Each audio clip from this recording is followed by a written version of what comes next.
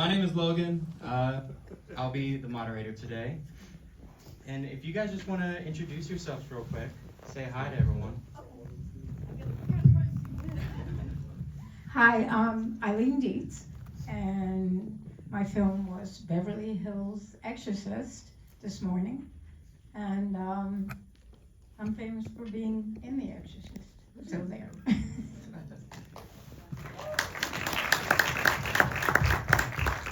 My name is Marko Raymond-James. My film just played a couple minutes ago in the next theater. It's called The Missing Piece, and I was not in The Exorcist.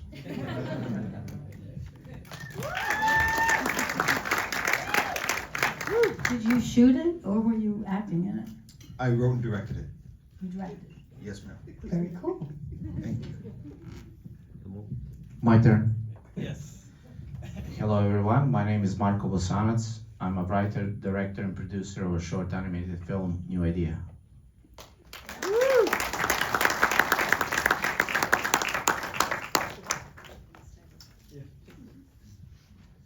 And as we go along, feel free, if you guys have any bursting questions as we go through, just raise your hand and I'm sure they'd be more than happy to answer. But just so you guys know, the two gentlemen at the end, it is their directorial debut, if I'm not mistaken. So, quick round of applause for that. Thank you. Thank you. And I mean, given that, how does it feel? Was it the first time watching your film on a big screen? No, it's played at a couple other festivals that I've seen, although no screens as nice as this. But yeah, it was really great to see, on these screens with the audience that shows up for the Indie Short Fest. It's incredible, and I was very happy to be able to see a bunch of other films during the day, and I'm leaving here inspired and more optimistic for the future of this industry than I was this morning before I got here. So, Absolutely. And how's it for you? Has yours played in other festivals as well, or? Well, we are on a festival tour for almost a year. Oh, amazing. Yeah, we started in March last year, and so far we have 25 awards international, which is great because nobody expected anything, neither do I. And a lot of things change, and one of the good things is that I'm sitting here and can talk about my film and my career. Yeah. Congratulations. And for you, Eileen, I mean, you mentioned that you were a part of the original Exorcist. I'll have you know, I don't know if you're directly responsible or not, but it scarred me for a while when I was a young boy. I had plenty of nightmares for that one. Well, I am directly responsible because I played the demon, Zuzu. And apparently that face. How many of you guys have seen The Exorcist? Wow. So you remember the face that flashed in the film? That was me. The original film, they only flashed it once.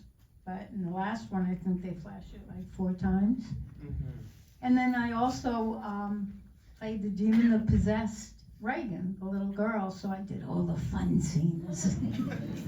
I did the vomiting scene, and the levitation scene, and the death scene, and the masturbation scene. Are there any children in the audience? That's amazing. That's what I went to acting school for. Really? Probably a sex school too. Wait, so, I mean, just question, how long after acting school was it until The Exorcist? I didn't really go, I just went to some workshops. Oh, let's see. No, I shot The Exorcist a long time ago, and we just celebrated the 50th anniversary. I was only 8 when we shot it. No. It just came along with other films. I was working in New York before that. And so it just came along with everything else. But it changed my life. Oh, I can only imagine. Yeah, I mean, that movie, it's probably the most, if not like top 3 all time, I feel like, as far as like horror movies. No, they say it's the scariest movie of all time. Yeah. Number 1. I believe it. But anyway, I really enjoyed doing Beverly Hills Exorcist. Did any of you see it? Well, if you can see it, go see it, because I play a disembodied head. And they can't get me out of this house that they want to sell. So that's why they bring in an exorcist to get rid of the house. And I just play this big head. And it's very unique, very FX heavy, and I don't look like me. No, you do not. Not at all. I didn't recognize you. Oh, you saw it, right? Yes, of Oh, course. did I? Well, I shouldn't ask you Well, that. of course, yes, I did. You better say yes. No, yes, I did. Well, I mean, given that, what was it like just having your face? I mean, while you're doing the acting, are you still involving your body in all this, or? It was a difficult shoot because it was all done on green screen, and I didn't work with the other actors in the film. So it Never. was difficult. You had to imagine the other actors being there, but you don't know what they're shooting. I mean, they could have been shooting my whole body for all I knew. So it was fun. Yeah. It was hard, but so was the vomiting scene in The Exorcist. Yeah.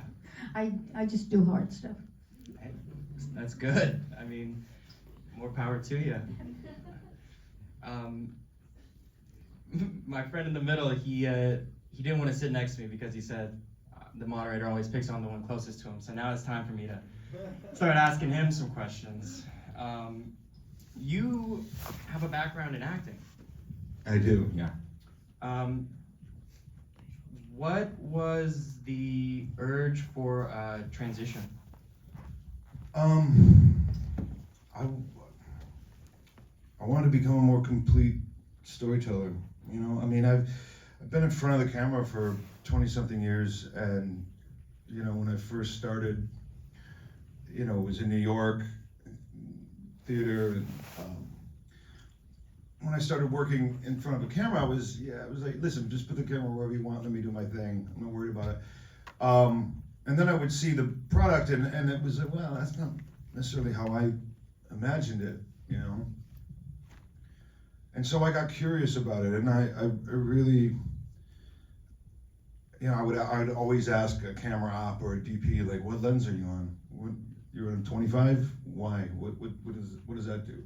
What's a 50 lens do? What's an 85 do? And I wanted to learn more about it, and you know, at first it was to sort of help inform my choices as an actor. But then when I sort of started seeing the puzzle pieces come together and what things could accomplish, how you could visually tell stories, you know, I became obsessed with the idea of becoming more complete as a storyteller, you know, not just one corner of the shot, but everything. And I learned a ton, you know, 20 years working with people and asking questions was a great film school.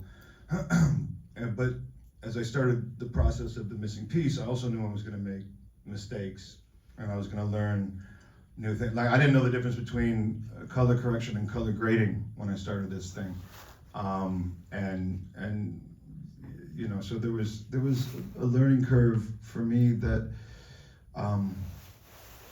was I mean, it was just such a fascinating journey, and I'm continuing to learn more and more about it and evolve as a filmmaker now, not just an actor.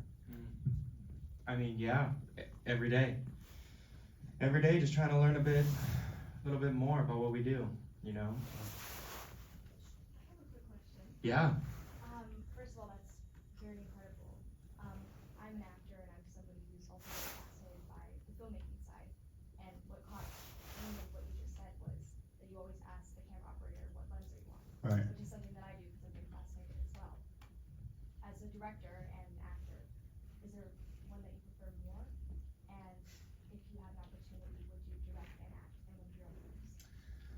Well, listen, everybody looks good on a 50 lens, you know? I'm not a fan of 100s. Yeah. I think they're a little close. No, 50s are great. Will I act and direct in something that I do? Yeah, absolutely. That would be another step, you know? Yeah, I would love to do that. Yeah, awesome. And would you prefer directing or acting? I mean, I like all of it, you know? I mean, I fell in love with acting a long time ago. It's still my first, it's still my first love and something, you know, I love the craft of it, you know? Like, I love how messy it is, and I love the process of discovery, and I love, you know, doing the work before you get to set, and then you just forget about it. You know, I'm a member of the Actors Studio, so I still go a couple times a week just to be in that, you know, and be in the laboratory mixing the chemicals, you know. That's incredible. Yeah. Awesome. Thank you so much. Cheers. Thank you. Thank you. Marko, how you doing over there? Yes, I'm just listening. Yeah. So you're from Serbia. Can you just tell us what the animation, you know, scene is like out there? Are there a lot of people doing it? Is it rare? Oh, well, I try to be politically correct, and I'll say terrible, because the budgets are very small, and we have a good 2D animators, you know, hand animation, keyframe. But the thing that we did in this film, we tried to reach the AAA quality. We wanted to go with the modern technologies to use the Unreal Engine. And when we started, we didn't know what to expect. You know, I just wanted to prove to me that I can direct and write and to be, you know, appreciated somewhere. But the thing is, the story that I like to tell other people, especially young filmmakers, I quit officially 2 times on this film, but unofficially maybe 1,000. But what was interesting there, every time when I wanted to quit, or when I quit, some force brought me back. One of those times, I was struggling because we were working different projects to finance this film. And when I quit at one moment, suddenly the Epic Games, who is probably one of the biggest companies, Fortnite video game is theirs, they somehow decided to give us some money and that was, you know, gave us a strength to continue. And I don't know, when we finished the film and the final editing, the final cut and everything, I know it was okay because I like it, it's my film. But that was interesting. One thing that I would like to say, that I wrote somewhere, that if you want to show somebody first time film, never show it to the crew. So I assembled my friends who are not from the film industry, and they like it. Hello. Hello, hello. Absolutely. Yeah. Well, first off, welcome. How you doing, sir? Thank you, good. Sorry, I was late. We got to the wrong theater and all that. No. Thank you for having me. No, absolutely, welcome. Would you just mind introducing yourself? Name and what film you're part of? Stephen Ogg, favorite color is pink. 6'3". What else? No, we did Franken 3. Franken 3. Yeah. All right. We were just talking about the animation in Serbia, but you have a background in acting as well. One of your most memorable projects, to my knowledge, was the voice acting in GTA 5. No? Oh yes, I did do that. Yeah. How did you get into the voice acting? It was just motion capture. So I don't know, acting is so acting. it wasn't like a voice, just your voice. It was my voice, but it was we spent most of that for that video game shooting in a big warehouse and capturing the motion capture. Yeah. And then I'm sure we did a lot of the recorded lines at some point too. But yeah, for me, I don't get the definition of all these separate things. It's sort of like years ago, we used to be either a TV actor or a commercial actor or a movie actor, TV. Now it's you're an actor and you work or you don't work. It doesn't really matter what medium it is. It's just, it's, you know, Can you explain to the audience what motion capture is? I can do that. Yeah, I mean, I know what it is, but someone should let the people know. We use the motion capture is you have a suit with a tracking system when capture all your motions, body motions, and recorded all these body motions and turn it into an animation. And we also added the new technology. Probably you use the same thing with a helmet and face tracking. Yeah, we did the same thing. That's a metahuman technology, which, by the way, was developed and mostly invented in Serbia. Yeah, that company was bought from Epic Games like maybe 5 years ago, and that technology was the same. The last scene in our film, we did we used the same technology as James Cameron did for the Avatar.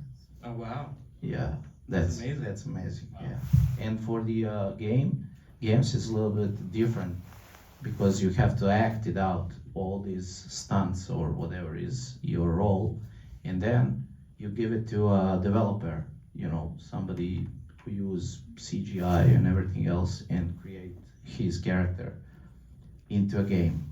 And they basically later on decide how they're gonna direct it. Is it gonna be a point of view style or a second person or whatever it is? But you know, for your role, that was amazing. Good job. I honestly had no idea. I guess I just imagined, you know, for all the video games, for what it's worth, like just being kind of like a music studio, just recording your voice.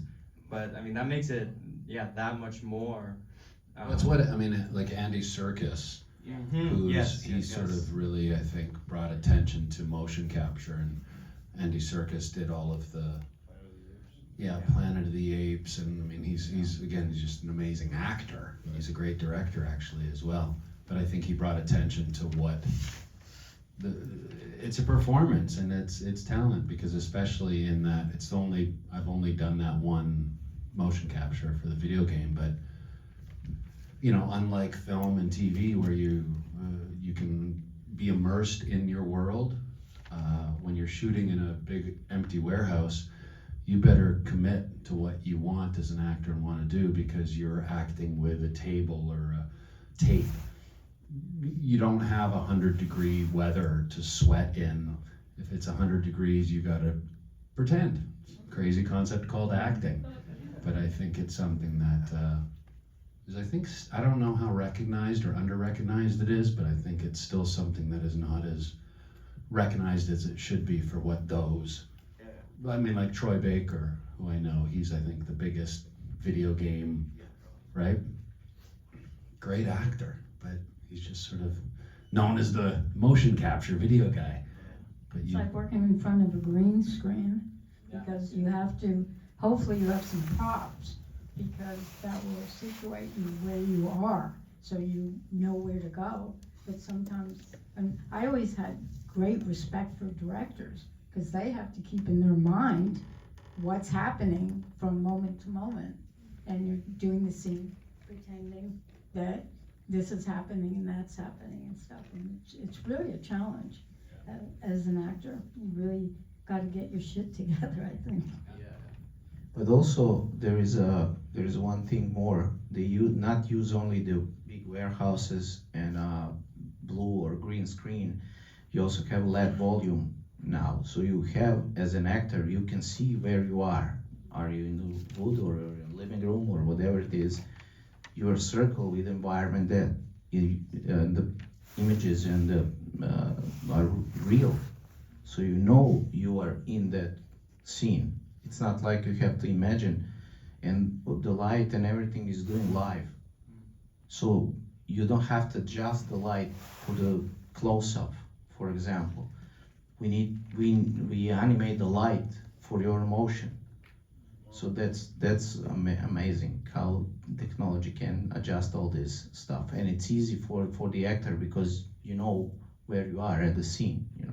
You know your markers, you know you way to move and whatever. But we control all the cameras there. It's not like that you have to watch exactly the lens.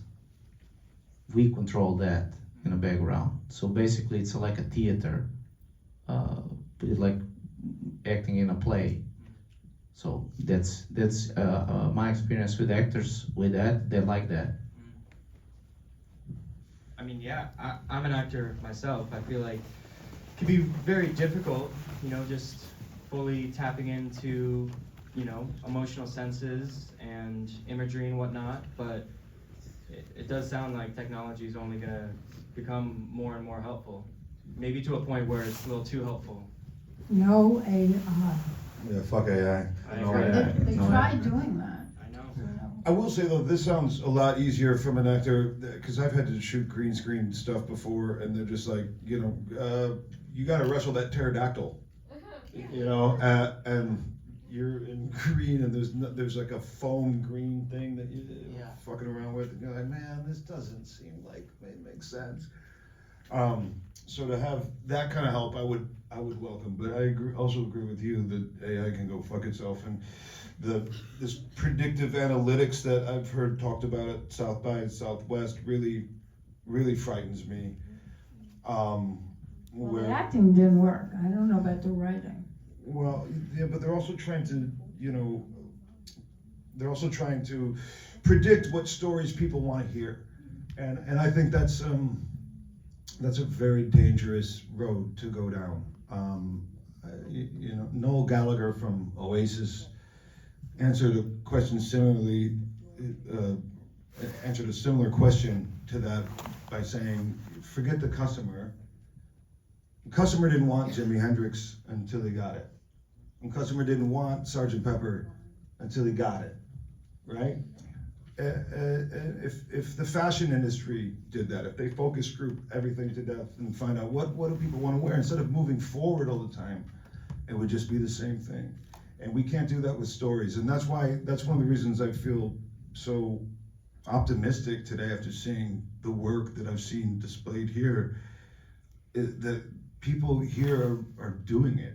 They're doing the real thing. They're telling the real stories that need to be told. And even if the corporations build up these walls, if enough of us keep doing this thing, keep banging our heads against that wall, sooner or later cracks are gonna form, and it's gonna start to tumble. And as long as we can just keep this thing going, this independent cinema going, there's hope.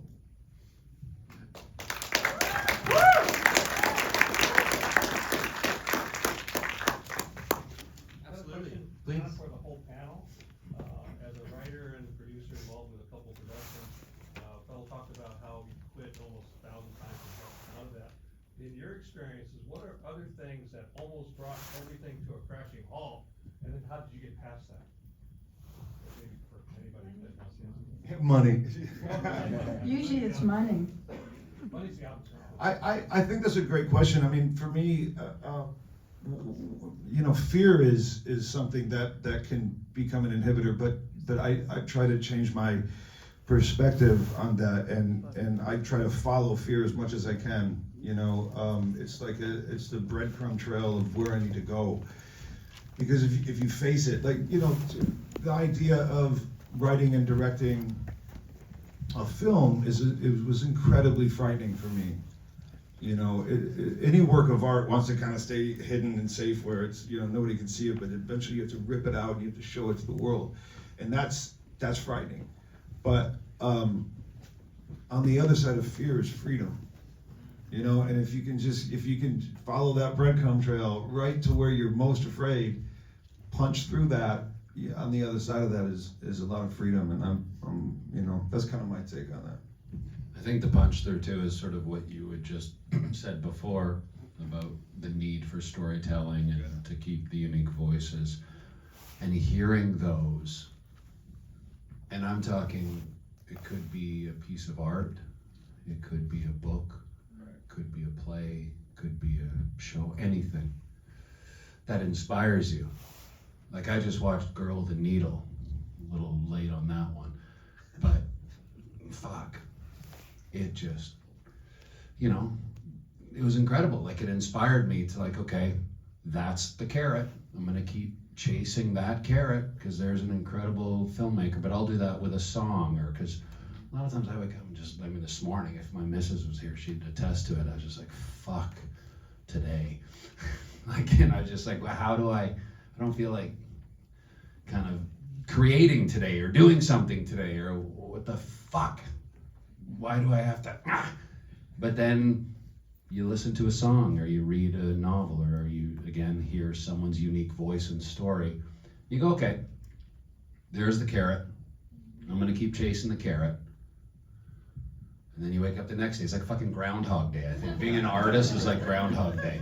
You're always like, that's it, I'm done. I can't go anymore. And then you're, especially once you get to a certain age, like I couldn't get a job at Home Depot. I have no resume, like I'm fucked. So I have to keep going. Which I think it was like Judi Dench or one of the dames said, if you have nothing to fall back on, you keep going forward. And for better or for worse, that's sort of, I find myself in that position. So that's what, but to get to the point of like the voices, storytelling, that's what keeps me going. Good ones. Shitty ones depress the fuck out of me. They just anger me, but good ones keep you like, It really wasn't the question, but I think that's really absolutely true. I mean, I know most of our parents, my parents said, gotta get another job, you gotta get a degree, you gotta go to college, you gotta have something to fall back on. And I had nothing to fall back on, so I had to act because I had to get work, because that's all I really knew how to do. So I mean, I think that's very true. and that's what we need. Like, again, to your point of storytelling, and like people need to, artists. And in Europe, it's a less precious term. Here, it's still, I think, a bit of a precious term when people call themselves artists, but I think artists have to take pride in being an artist, whatever that is. No. Actor, director, like just fucking, I'm an artist. And That's fucking right. create and tell your story and share your voice. And computers ain't fucking artists. You know, And that's, yeah, predictive analytics could go fuck itself. Yeah. And I think along that vein, I don't know about you guys and stuff like that, that I need to act. Not only do I want to act, it seems like I need to act. So I'll do, if it's a good student film like AFI, then I'll work there. I think once they say, and I do studio films, so once they say action with me, it doesn't matter how much money they're paying me or how big the budget is on the film, that you are acting and you're doing it. I mean, the only thing, obviously, that I won't do are bad films. I mean, if you read a script, you have to have some kind of discretionary thing, and especially in horror.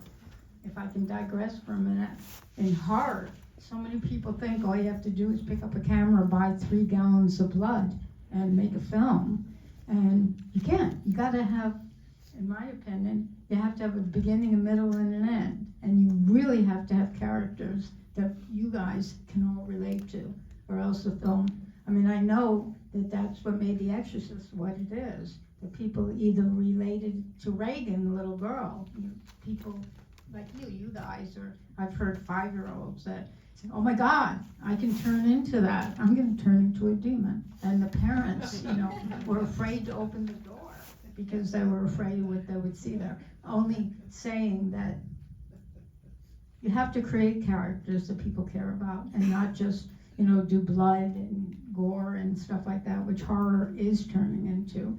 But the horror, it's interesting, there was something on NPR, I believe it was NPR, or maybe it was KCRW or SoCal Sound or whatever.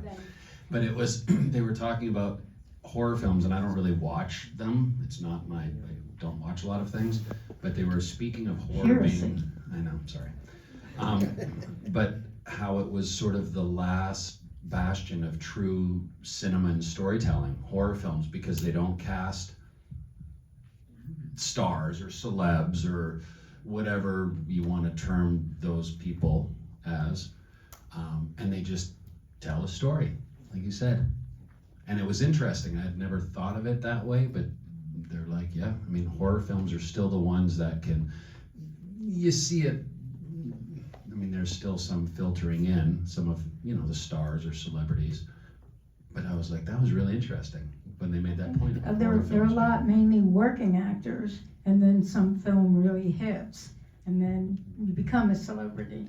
You're like Jamie Lee Curtis. Sure, but they don't start out with Right, that. exactly, Like, look at Rob exactly Zombie, true. right? And his, like, they're not star vehicles. They're stories that, a unique story generally, right? Again, I'm not an expert on horror films, so I'm Well, the talking out of my ass, studios but are trying to get in the market now because they make so much money, but they forget about the script. Like Exorcist, The Believer. Has anybody seen that? Don't. It's really boring, and there's no demon. Anyway, we digress from your question. did we answer your question? You just got to do it. Question for Michael. Since you have a long history of being an actor before you got behind the lens, your experience being an actor influenced your visual style when pertaining to like making a film? Because I'm a cinematographer myself, and I've been talking to two actors to try to get their intimacy. I want to see how that unfolds. I just want to make sure I'm understanding you. Can you repeat by the way, I love your earrings, but can you, no, seriously, can you walk me through that again? Because I thought I had a handle on it, and then I kind of lost it. How has your background being an actor influenced how you create your visual style being a director? Okay, yeah, as far as visual style, I don't know that, it's interesting. I haven't thought about that. I don't know, like I have photography that I love, that I am inspired by, did I do something? You got some great applause is what you did. I don't, was that my applause track that sorry guys, I had the button in the wrong You just pocket. push that yourself. It's like, this is a great This is the laugh track, I just hit that button. And that's how you keep going. But no, I don't think that acting informed a visual style. But I do,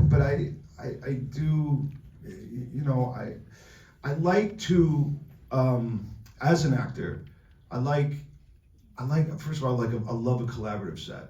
I love a set where best idea wins, and it doesn't matter if it comes from an actor, if it comes from a director, if it comes from a grip. I don't give a fuck. If somebody has a great idea, it's like, Jesus, I didn't think about that, and I'm embarrassed. I'm gonna claim I thought of that, but that was your idea. We're gonna go with that. But I love to set up an environment where an actor feels the freedom to explore, to play, right? Can do those things in the master, and then as we come closer, you know, you start to find other things. You know, so there's a visual style that I have in my mind, but then it's things happen on the day. I did a film once with Werner Herzog, where we were both acting in it, and you know, I mean, it was Werner. It's called Jack Reacher, and Werner. He's Werner Herzog, and I wanted to crawl inside his pocket and just, you know, talk to him forever. He has the most interesting stories. Michael, come, we'll have lunch, you know. But we were talking, and I was asking him questions about his directing process, and I asked him if he storyboards, and he looked offended. He was fucking mad, right? And he goes, "Storyboarding is the province of cowards." And that stuck with me, and I found that so interesting. I think you need to have a plan. You want to have a plan, like, okay, I need to get this, I want it over here. But I love the idea of being open to what's happening on the day for things that you did not anticipate. And I feel the way that I direct is I just like to capture moments. I'm just there to capture these moments, these personal moments, right? Private moments that we're then gonna share with everybody.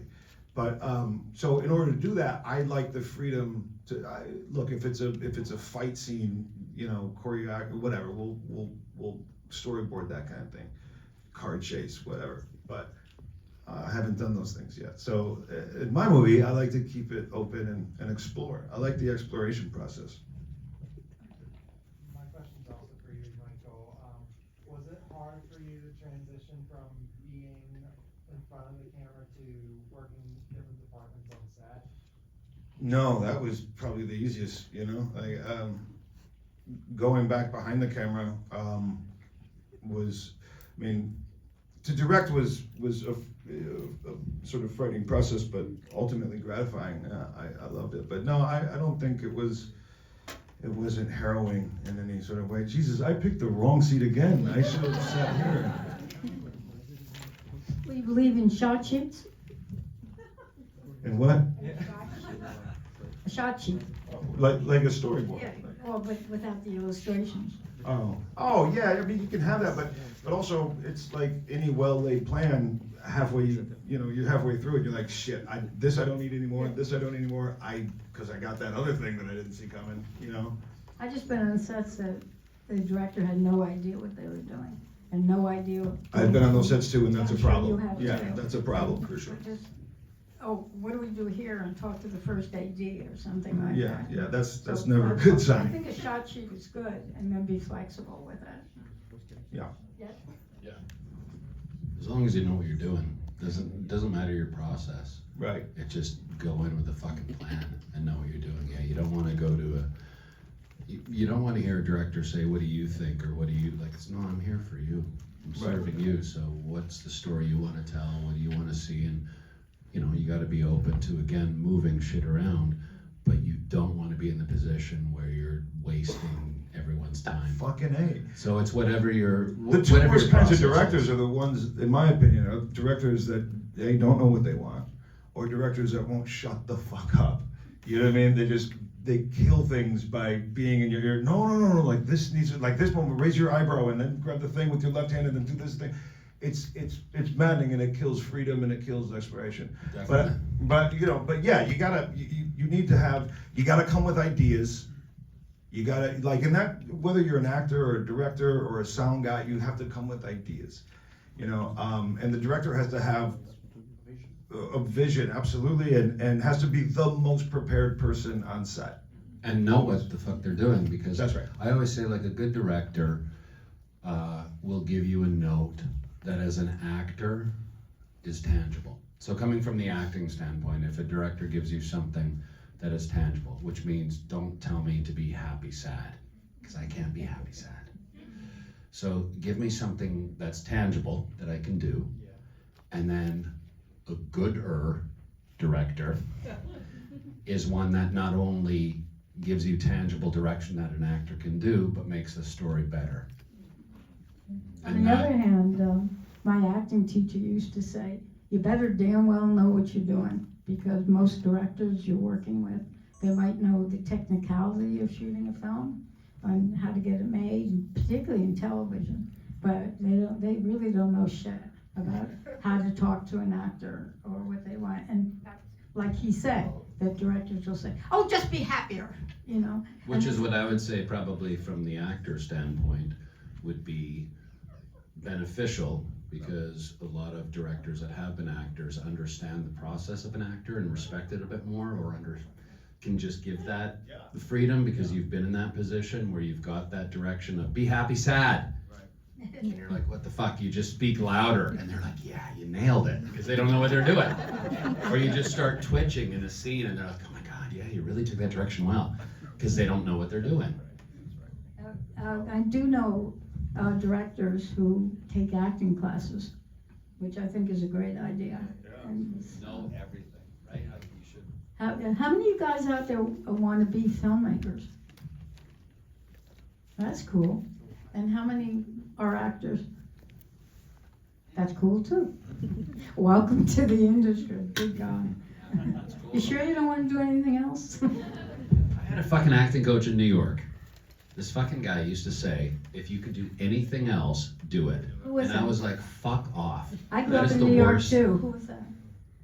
You're not gonna say say. his name, because someone's gonna. Probably Warren Robertson. No, it wasn't him, but he was. But I was always very pissed I'll keep off when he guessing. said that. I was like, That's the worst thing to tell fucking people. If you can do anything else, do it. And granted, it was maybe a bit of a different generation, but it's like there's no guarantees in anything in life. So it's like, fuck off, don't say that. But you do have to fucking love it. Like if you're pursuing acting because you want to be an actor, or you want to be the result of being an actor, famous or whatever, you know what I mean? Like, that's not going to sustain you during all the years where you're hearing no all the fucking time. You know what I mean? So you have to, as she was saying earlier, I think you need to have a fucking need to do this work, you have to love the process of it, you know, the craft of it, the exploration, because there's going to be lean times. There just are, you know, and you have to have something that you can live on spiritually, emotionally, whatever, to not, you know, go down the depths of despair that's inhibiting. No, I kind of agree with that. That if you can do anything else, do it, besides being an actor, because being an actor obviously is incredibly challenging, and to get work, and you know, every time you do a job, basically you're looking for your next job, unless you're an A actor, and that you really have to love it. You have to I think you have to sacrifice a lot. Any profession, you know, my sister was a nurse and she was in palliative care and she gets fucking no money and works the longest hours, and it's like, that sucks. You gotta love it. You gotta love it. You gotta want to do it. You go on and just. I have to protect a little bit directors from this standpoint. We are not all idiots, but there is a lot of them. But the way I work with actors is I always explain you, articulate my vision, my thoughts about the character that you act, and then I let you to be that character. And especially the first time when you come to rehearse or whatever, I'm just let you read and you find that character, find that thing inside you, and then perform in front of me. And then we will find the mutual connection for the character later on. Because I don't know, sometimes I have a vision for the character. Sometimes you bring something else, which is better for the story, and then you have to follow that character because you brought another level of the emotions, of the fall downs or whatever it is, and then it's easier to build a story in these details about what's gonna happen. Are you gonna wear a jacket like that, or is he wearing something else? De Niro is especially, he's famous because of that. His characters are great because he became those characters. He never criticized them. He loved that maniacs that he played, and he was them. And that's why I always wanted to. You are a cinematographer, right? So it's very important. Cinematographer and editor are the most important. Writer and director, that's the Fantastic Four. But the moment of collaboration between especially actor and director, that's the moment when you build the character together, and every detail is important. So if the actor has something to say or to add about the character, feel free. You know, it's sometimes it's better. I have one example during the shooting this film.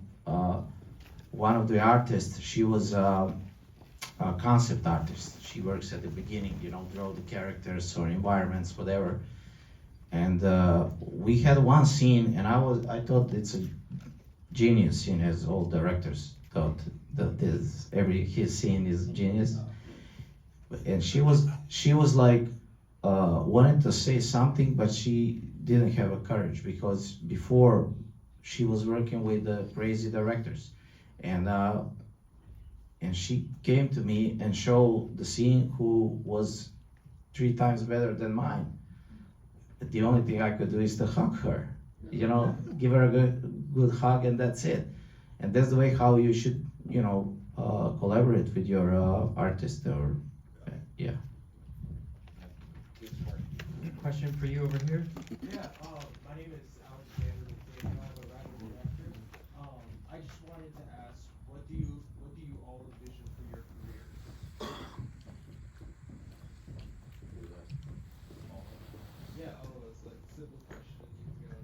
You're the youngest.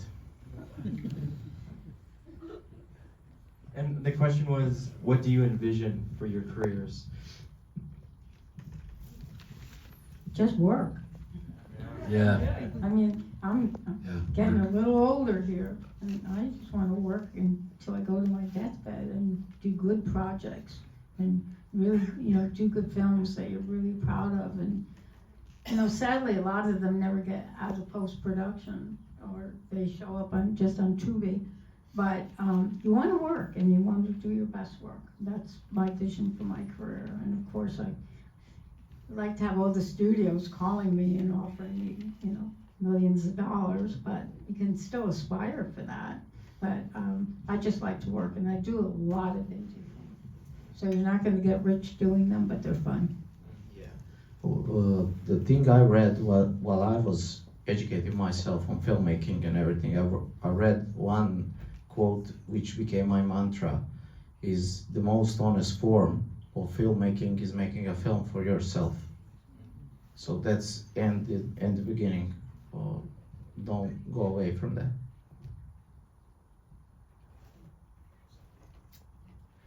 You can join us. Thank you. Oh, yes. Because the industry is so ebb and flow, how do you stay consistent? Oh, I am not consistent. Again, if my missus was here, she would say that. Yeah, I don't think there is. I mean, I don't know. I don't think I am consistent. I think, again, it's sort of, what you were asking about. How do you keep going? You just, you stay inspired, whatever that means to you. You keep chasing a carrot, whatever that means to you. Like you just, and I think as, I'm certainly, I think on the latter half of my life, like I'm closer to death than birth. So there's a change in perspective for me, which I think just comes with age, which is beautiful too. So there's a little more, I don't think urgency, but there's certainly, you get deeper into what you want and what you believe. So the consistency, I don't find that, because I still feel like and I say this with zero pretension or anything, and it wasn't until I heard Jez Butterworth, who's an incredible writer, and he wrote Jerusalem, which is one of the most outstanding I saw Mark Rylance in Jerusalem. So I saw Mark do it in London. Yeah, fucking. I saw him do it in New York. Right. And then they redid it. So in this play, whoever doesn't know Jerusalem, like this fucking character, Johnny Rooster Byron, is one of the most incredible characters. But I saw him do it because they redid it. We saw him do it in London 20 years later, I think it was. And the fucking guy, same energy. Yeah, brilliant. Absolutely amazing. Come, you Byron! Johnny Rooster, fucking Byron, and that fucking accent he did. Yeah. But it's finding your thing, like the consistency. I don't find anything consistent. I find it to be absolutely the opposite of that. And I struggle not every day, but like this morning I struggled. I was like, fuck me. Have you read the book The War of Art? Not The Art of War, not the Sun Tzu book, but there's a book called The War of Art. It's a fucking great book. I'm gonna sound ridiculous saying this, but it's written by a writer, right? But who's a screenwriter. And he talks about sort of this thing that you're discussing, this, and we all have it sometimes, doubt or, what, I don't feel like starting the screenplay today, nobody's gonna fucking read this thing. Why am I even bothering to, this will never get produced. He calls that the resistance, right? And the war of art is to defeat the resistance. And the way you defeat the resistance is by doing the work. Getting up every morning, doing the work, whatever that is. And that speaks to consistency. And that is, it's very tough because like most of my friends are singer-songwriters or painters. They get up and they can record a song, fuckers. Or they could paint. They can put something tangibly down. And I find it very difficult as an actor. I stay engaged through just creating a character or reading something or doing something that fills me, and it's for me. I don't really give a fuck what other people think about it, because that is my, like what you're saying, the need to act is that drug. I need to create something, whatever that is. If it's a poem, it's a character for me, it's reading, is something, it's just. Well, that's part of it, man. You know, like filling up so that you can go regurgitate some version of it later, you know. And it's staying inspired. Staying inspired, being you, being your voice.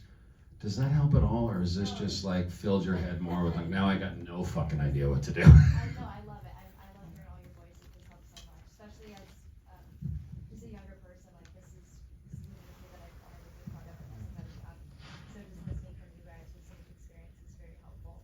I just have one more quick question.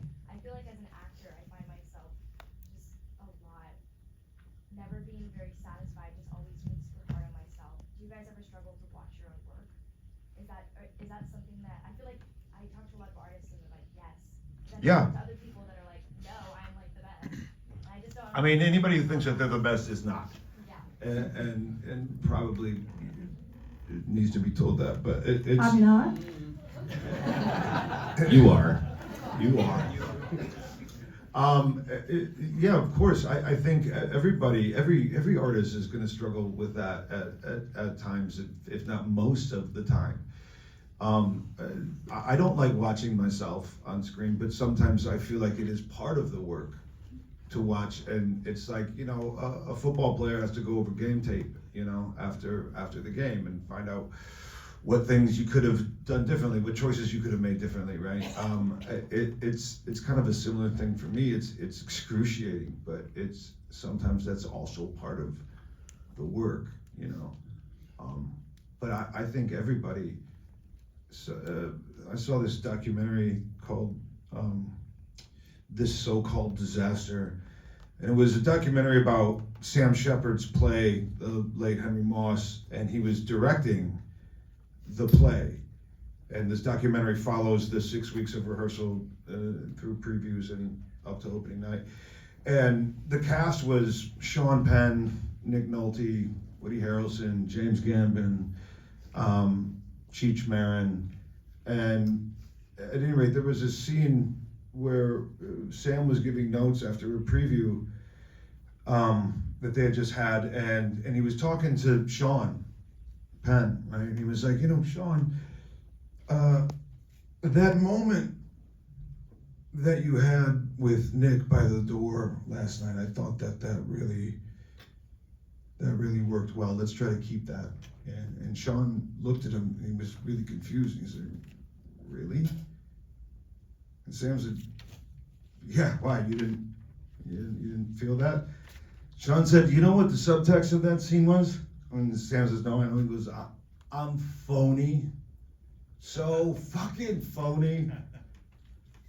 And it hit me that's like, Jesus Christ, you know, if Sean Penn still feels this way, the good news is that I don't have to beat myself up for feeling that way. The bad news is that it doesn't go away. But I don't think it should. Talk about a carrot, right? You're always chasing something. You're always improving. Actor has two things, talent and craft. Talent you're born with, that is what it is. Craft is something that you develop that gives your talent whatever size it is, a shape and a voice and a malleability. That can always get better. That can always get stronger. You can always have a firmer grip on your talent. You can always evolve and grow, you know. So, welcome to the world, man. Yeah. Can I just say a compliment? This is not a huge fan. Brilliant in Walking Dead. Like, yeah, I just have to say that your acting so spot on. It's like I hated you. I really did. I was like, but I was so obsessed with your acting. So brilliant, bravo, and it's great to see you.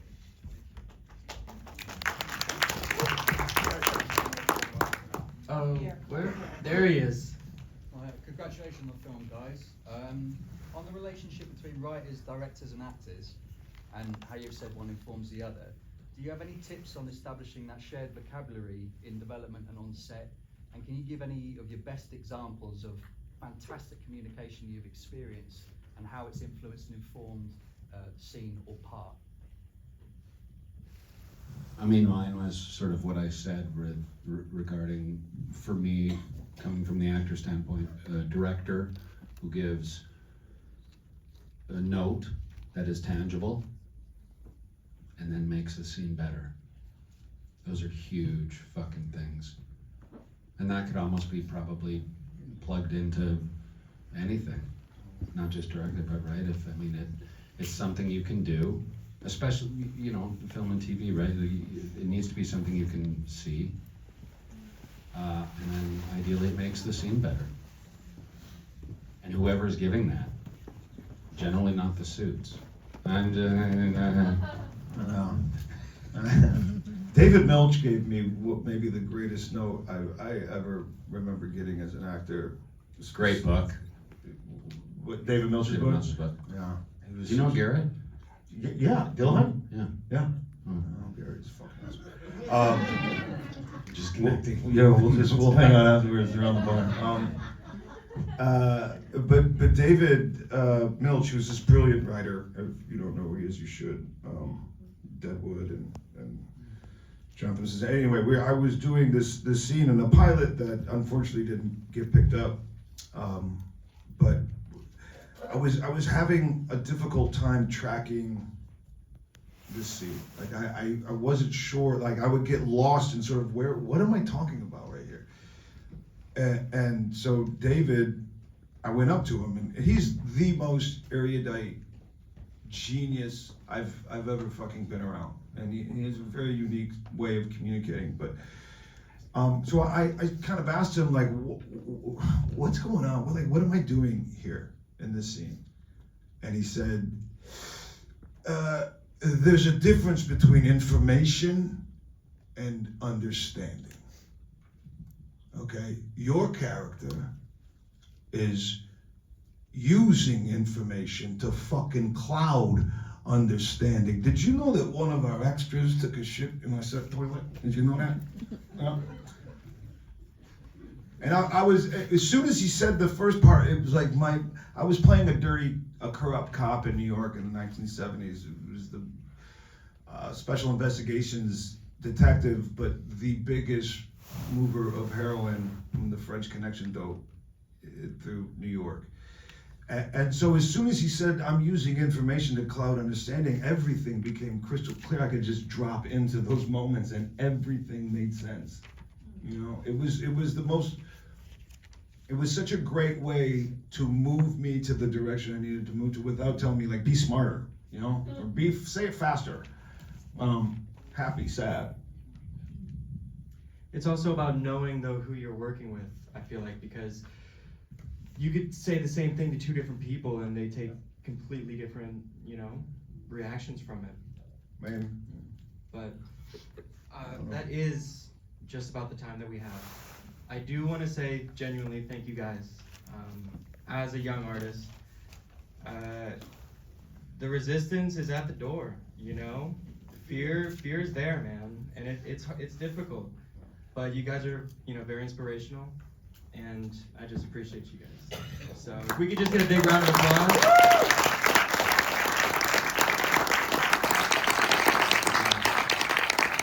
I believe that there's some food and drinks downstairs along with the red